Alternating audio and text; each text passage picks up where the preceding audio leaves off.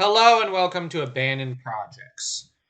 Now, last time it was page 6 through 10. Now we'll try for 11 through to 20. Sarai gaped at him, clearly having expected his fearsome temper and likely having hoped for it, so that she would have an excuse to depart with her head held high rather than in tears. Though born a scientist at heart, Sarai was a fighter by nature, and one whom had always had the L family affection. I, well, I understand, Sarai. He was family to us too. I could never forget him. Jor-El informed her brusquely, fighting to keep the emotion out of his voice, as he avoided her gaze, anything to keep the guilt out of his eyes, and to keep him from showing how difficult the separation was for him also. Then how do you think I feel? My brother's dead, Jor-El, and I need you to understand that. He all but raised me after our parents died to a bout of disease when I was all but a child. Sarai lamented sincerely, her voice rising with emotion, as she returned to what she had been doing when Jor-El had found her there, emptying her office. Hers had been a place of honor on the vessel. As one of the most brilliant scientists on the team and as a friend to everyone, and the one who had assembled the team alongside Jor-El, she had assumed a position of leadership after him, with Jor-El always imagining that should anything happen to him, it would be Sarai who would push the team forward, pursue the thesis, and present it to the ruling council. Now this would leave him well and truly alone, in some ways, as a scientist. But what else could he do, save let her go? She was a friend, not a subject or a vassal. And she had contributed more of her life and time than she really ought to have done. Picking up a holopic of her family, the team after Renka had been born, he stared at it long and hard. Sarai, don't forget this, he said quietly when she had gathered everything save for the hollow picture into a series of boxes. She glanced over and accepted it reluctantly, a sorrowful expression on her pretty face as she swallowed a little. Jor-El, I'm sorry for what I said and for abandoning you like this. When Jor-El had quit, there had been objects thrown, a chair, for example, and words and vulgarities exchanged. And during it all, Allura had been out sleeping with Zod, or so Jor-El had accused, to the fury of his younger brother, who refused to acknowledge the affair to him, and claimed on Kara's head that she would never do such a thing to them. Yeah, right. Sorry, that's me adding that myself. Yet now, all that Jor-El could do was whisper and meekly nod in return to his friend's departure. All the fight felt as though it had been beaten out of him. Looking fairly unsure of herself, Sarai spoke up on her way out, speaking haltingly at first, then with more confidence. Why don't you come with us, Jor-El? Krypton is no place now for good Kryptonians, and contrary to what most think, the outside universe isn't a horrid place. It is what you make of it. I can't. Or won't. No, I simply can't. It wouldn't be right if I let it die. I'm married to the daughter of a ruling council member for Rao's sake, Sarai.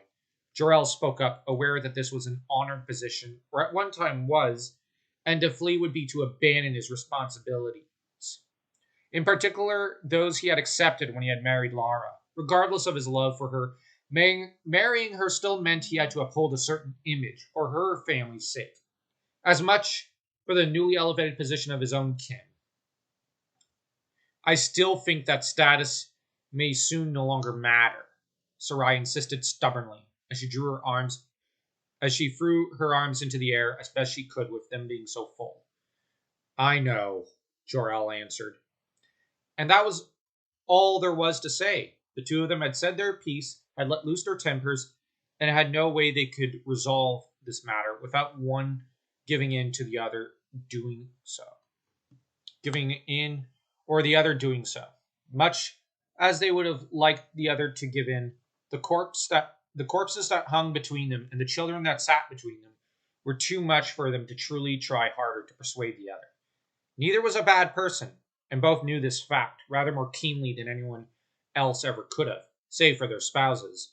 Rather, they both understood each other and realized that compromise was impossible. There remained one matter, though. Then if such is your decision, what of Kal-El? What will you do for him? I have already seen to it that he will not be harmed, or so I hope, Jor-El replied stiffly, refusing to admit that he had one backup plan, if a risky one. Sarai remained unconvinced, adding, Jor-El, before you make any further decisions for Krypton, please consider what is best for your son. You have a tendency to place Krypton above all else. I only remind you because Lara is too good a woman to remind you, and dislikes clashing with you so. Now, let me just find my place as the dog suddenly showed up. Jor-El had no words for that. He knew she wasn't questioning Lara or their love for one another. Only that he didn't do enough for his son. Or perhaps she believed he didn't think enough about him. No, that was not Sarai's way. She was too direct and hot-headed for indirect messages or implications. Staring her in the eye, he felt unsure and stumbled to find something, anything to say to her. All he could reply with was, thank you for caring for him, but I will see to his safety, before my own or even Lara's. The satisfied look that came to decorate her face was one that soon vanished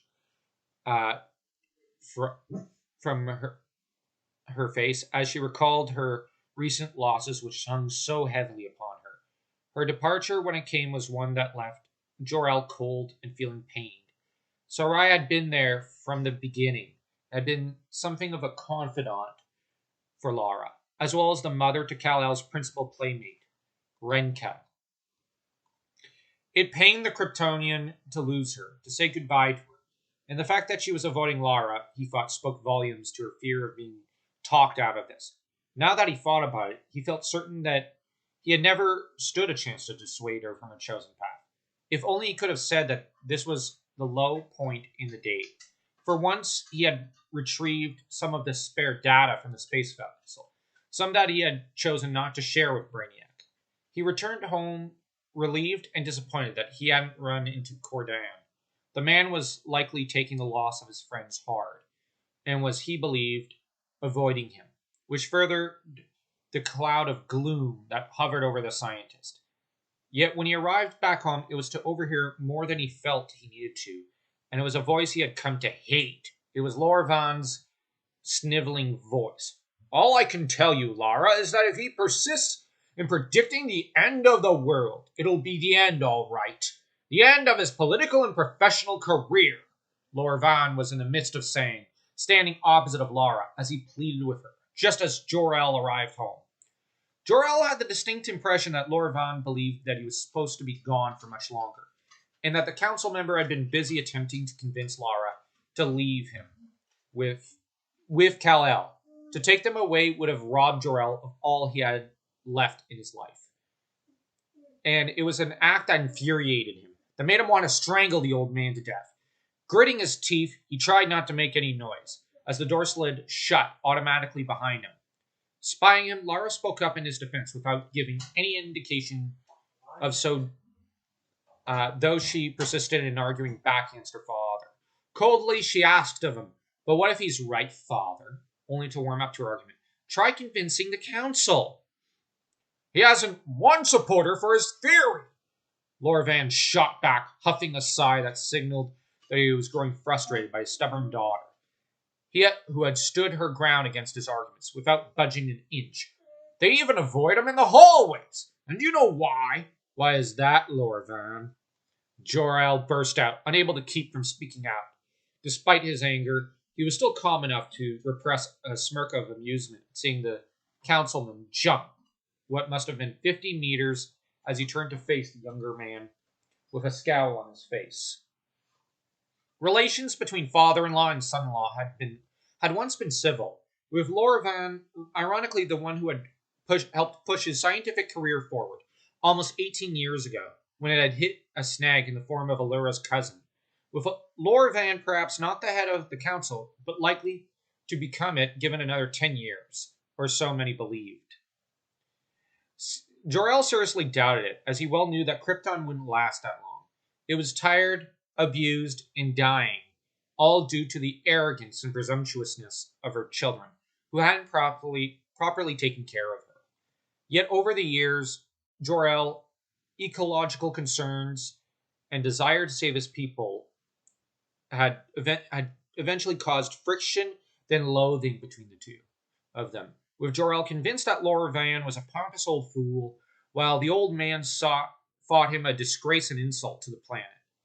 A sense of loathing, aggravated by Jor-El's sympathies towards the artisan and mercantile castes, which were both despised by the ruling council, who were too xenophobic to see that they needed those two castes. Lord Van recovered from his surprise, apparently having hoped to take away the man's wife and son from under his nose while he was gone, something which made Jor-El wish he could strangle the old man. He was so furious and filled with venom towards him in that moment. To take away a man's family was to take away his whole reason for being, or so the scientist believed, and for Laura Van to seriously contemplate it showed how far he had fallen. Because you can never be wrong, Jor-El, Laura Van rationalized furiously, the sheer dislike in his eyes almost making his son-in-law back away, were it not for his own anger. But Lara's father wasn't finished. Because you can never let it go. You have an ego the size of Argos. Argos was the largest city on Kandor, almost 3 times the size of Krypton's capital city, with almost the entirety of the population of Kandor living in that one city. With a population of almost 40 million souls, it was a wonder, and one that made most councilmen bristle at, since they hated to be bested at anything by their Kandorian cousins. With that being said, Lord Van was obviously not one of them, as he admired the city and wished to push Krypton to expand her capital to become the same size, even attempting to convince the ruling council to rename their own city after it, but no such luck had struck, though he often claimed it to be a matter of time and had come to call Krypton City Argos, which made conversations with him oft-times confusing to say the least. Or he could be referring to our neighboring planet Argos, Jor-El corrected himself coolly, as Krypton had a sister world, one that was, to be quite frank, substantially smaller than Krypton, and was primarily used as a farming world, to grow the necessary plants and animals needed to feed Krypton's swelling population. Either way, to say his ego was the size of Argos could refer to either a planet or a metropolis city, was an insult too far for his taste. With that said, Jor-El was fairly certain that this hyperbole was a reference to Kandor's larger city, and was one that filled him with indignation and made his cheeks flush red with even greater rage than before. He ground out from between clenched teeth, "I never let my ego get in the way of the facts." The glower that Laura Van doled out to him was the stuff of legends, dark ones, as he growled right back, clearly growing increasingly heated over being insulted by a mere scientist. Let me let you in on a little fact. Unless Brainiac agrees with you, it's all over. No more expeditions, no more research, no more. Quite what else Jor-El would not see any more of was uncertain, as Lara interrupted their argument, just as a tremor began to shake Krypton City, causing Kal-El to start crying out alongside Krypto. "Another tremor?" The tremor lasted for several minutes, with items knocked about, the building shaking, and with entire ones in the city collapsing down upon thousands in the capital, with Jor-El rushing over to his son just as Lara did so, with the man holding his family close to him, the only one to complain or whine being Krypto, who didn't much care for the tight way Lara and Kal-El were holding on to him. Not that either bothered to listen to the dog, whilst Lord Van fell onto his rear and grumbled about tremors and their irritating frequency these days, not seeing the peculiarity of having 2, maybe 3 tremors a day in an area that had once never had earthquakes before. "Kal-El, hush," Lara whispered gently just as it ended, rocking her baby as he wept loudly and began to fuss in fear over what had just happened. As he stared out at the broken city, his anger and bitterness replaced by pain and by weariness, Lord Van ground out through clenched teeth, "You had better be wrong, Jor-El. Dead wrong." It would have been ironic if matters had gotten better after that, but they didn't. Sarai had left within 24 hours, promising to visit if she could, but letting him know that her husband intended to sell Kryptonian goods in the Sudar sector, a trade that was permitted by the Guardians of the Universe but forbidden by the ruling council. They despised all forms of trade and commerce, since it involved outsiders in far too many cases, and would rather be free of aliens. With Sarai gone and Cordan all but broken by her departure and the loss of their friends, Jor-El could do little more than give him time off in the hopes he would recover. The larger Kryptonian soon ended up deciding to also leave, this time for Kandor, where he had gotten a job offer studying animal life. He only needed a reference. Jor-El was happy to supply him that much. It was the least he could do. Where Sarai's departure had been somewhat stiff between them and teary-eyed between her and Lara, Cordan's departure was far more emotional for the scientists, with Cordan keen to read and edit the thesis if he could from Kandor, and would even share it with his near-adult son, Jordan. Honored and happy for them, Jor-El heartily agreed and went about his business that day. He was actually on his way to meet with one of the lesser members of the ruling council, when he soon found himself cornered in the halls of the ruling council with Mala in front of him and Jaxer in front.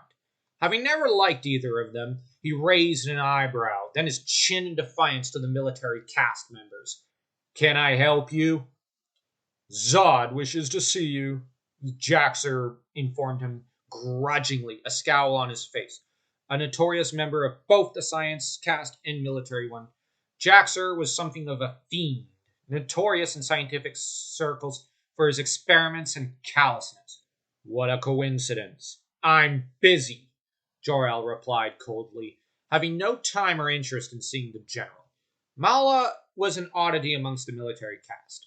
Sharing a name with a ruling council member, one who helped to preside over the science council that ruled over the science caste, she was considered gentle and kind by some, something that always aroused suspicion and doubt in Jor-El's mind, especially at times such as these when she glowered back at him with such a hungry, longing look on her face that suggested she wished for nothing more than to inflict pain upon him. He supposed that she was simply more cunning than the failed scientist Jaxer, or some of the others who followed after General Zod. While familiar with the general who was the undisputed head of the military caste, in part due to the man's dalliances with Allura, and due to how often he spoke on public news channels, Jor-El wasn't as familiar with the man's lackeys. It didn't mean this was an error he was keen to rectify. As Mala informed him, "You will follow us, as General Zod has heard of your research and of your warnings." "I'm sure. And I'm also sure that he is as indifferent as most are," Jor-El retorted to her, not liking the fact that he was surrounded by the two of them. Still, he turned to face her, figuring if there was one of them he should be more wary of, it was her. "Actually, he's fascinated," Jaxer stated as he pressed a comforting hand on the head of the House of L's shoulder, something which had the reverse effect. "He is?" He is? Jor-El could hardly keep the surprise out of his voice. Sorry, just wanted to emphasize the surprise a bit more. For years he had hoped someone in the upper echelons of Krypton would hear his voice, hear it, and inform him of their own disquiet towards the increasing numbers of tremors, the increase of animal franticness, and would offer their support alongside maybe a solution on how to save his beloved people. After years of dealing with the ruling council, though, he had come to believe that maybe the poor should be salvaged while the wealthy can be left to rot. For most of them care nothing for the repercussions of their actions. Yet every time this thought occurred to him, as impatient as he was with them, Jor-El tried to shake it off. For the salvation of one Kryptonian should be utilized as the salvation of them all. For it was only right that they be saved one and all, rather than only one of them. With that being said, he was aware of the fact that this outlook was not one shared by many of those he encountered in the halls of the council building, or on the streets of Krypton. Reluctantly, he had to agree to meet with the general. Not that he was pleased about it. Following after the two silently, he glowered at the victorious Mala and indifferent Jaxer, both of whom had different reactions to their victory over him, with the former visibly celebrating and gloating, while the latter seemed satisfied with the victory itself, his troubled mind moving on to other matters ones that were possibly scientific, possibly militant in nature, and all insanity. How the man still had the respect of the council was quite beyond Jor-El, who would have preferred to have the man cast out from both the military caste and the scientific one. As to Mala, all who knew her well knew that she hungered for her compatriot Ursa's position as Zod's right hand and lover. Zod's living space was a 13-story building, much larger than the condo complex that Laura Vaughn had succeeded in bequeathing to Lara upon her marriage to Jor-El 12 years ago, with the military officer one of the wealthiest men in Kryptonian history, the successful general of more than 30 military campaigns, and considered by many a Kryptonian hero. Jor-El considered him a pompous ass, one that while he resented and had rarely ever interacted with, hadn't taken to him. It may have had to do with his distaste for much of the militant caste's superiority complex towards the rest of Krypton's sons and daughters. Or maybe it had something to do with the fact that Zod had, he suspected, slept with his baby brother's wife, something that Jor-El took personally.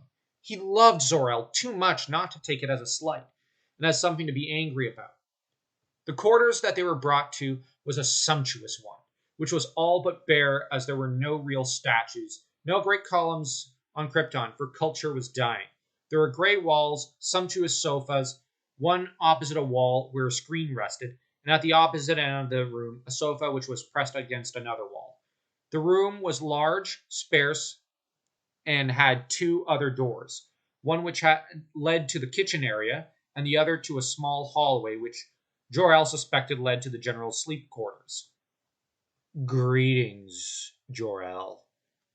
Zod greeted him with a friendly smile on his lips. Seated on the sofa against the wall, he had reclined deeply into it, whilst Ursa and another of his goons, a male one whom Jor-El was unfamiliar with, stood to either side of the man. "I hear you've had troubles as of late." "What is this about, General? I'm a busy man, and would like to return to my work soon." Jor-El snapped, not in the mood for pleasantries. Zod raised an amused eyebrow in response. Not normally a patient man, his bemusement took the father of Kal-El by surprise. It also made him fairly suspicious that the cunning military man was up to no good. A clever man, Zod was born in the same way Jor-El was, by test tube, with his entire life all but decided for him. With that said, that wasn't the only similarity the two men had shared. Both of them had defied their programming in subtle ways, as Zod had proven a genius in military arts and combat, proving himself capable of fighting and strategizing like no other Kryptonian strategist or general before him, which was how he had ascended to the top position in the military, rather than remaining a minor lieutenant, as his birth had destined for him. But that was where the similarity ended. Where my brain's going elsewhere. Where Jor-El had happily married whilst rising in the ranks of the scientific community, and had even participated in some civic matters, Zod had refused to marry, enjoyed the affections of many of men's wives, and had little more than disdain for those who were not members of the civic caste, scientific caste, or militant one. But to the working man on the streets of Krypton, he was a hero.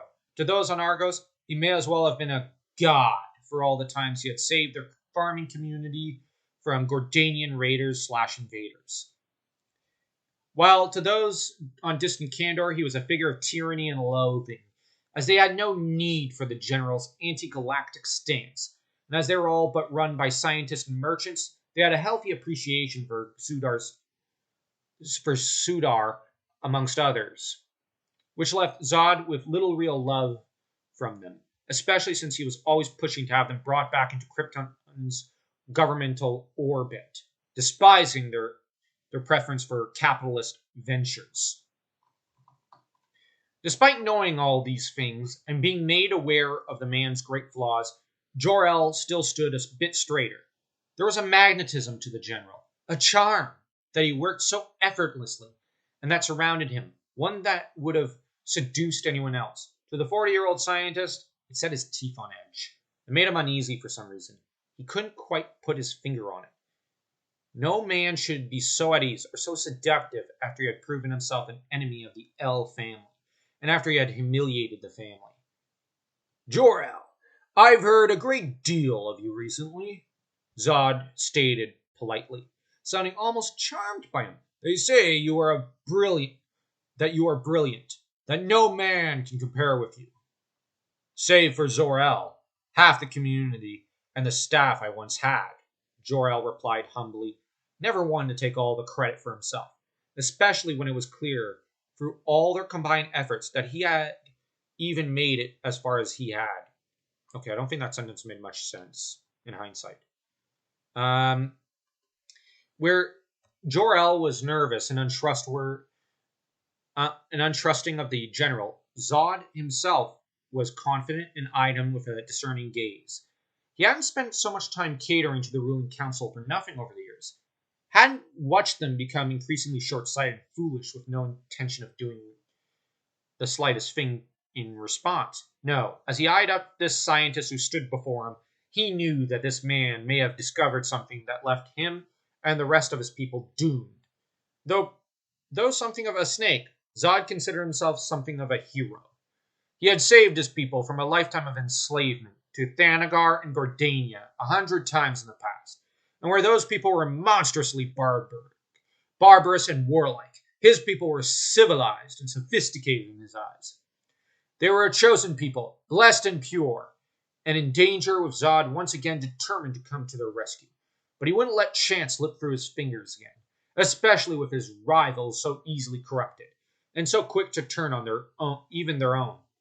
They had always been intimately connected with the science cast, and yet they had now become blind and refused to listen to them, and had even begun to reject support for them.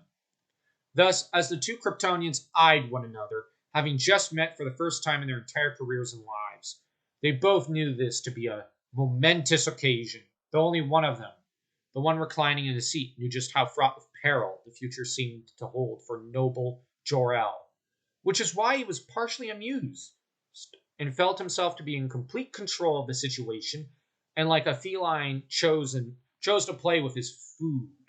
The efforts of the grunts are but secondary to the glory achieved by the commander, if he's smart. I see, Jor-El grunted back, ill-impressed by these words, as there was a callous coldness to them he could not embrace. So for glory, you've sent millions of Krypton's sons to their deaths in fruitless wars against our rivals? They invaded us in the beginning, but then we attacked them and ravaged their colonies. Jor-El snapped back evenly. And that's where I'm going to leave you, with Jor-El having snapped back at Zod, and Zod, well, sort of hating Jor-El for this. Well, the seeds of enmity are planted there. And as you can see, I'm trying to build up Zod as a good villain. And, well, staying true to the comics where he's a great villain for Superman. But I'm also trying to show that these two men didn't have too many interactions before. Honestly, they're like before Zod's coup, the two didn't have the worlds didn't really interact with one another too often because Zod's a military guy and Jor-El's basically a scientist. So and he's not dealing in arms production or anything. He's dealing in basically ecology. So, and in minerals and mining and whatnot. So the two worlds have very little interaction between each other. It's only logical they would hardly have met. And as to Allura's affair with Zod, that's canon. Zod did screw Supergirl's mom, who is one of the best supervillains in Superman history, and I honestly think that they should have had her die cursing her daughter and hating her, as this would have and have her survive and set her up as a villainess for Supergirl. So I think that would have been really cool. Anyways, if you like this video, like, share, subscribe, and leave a comment.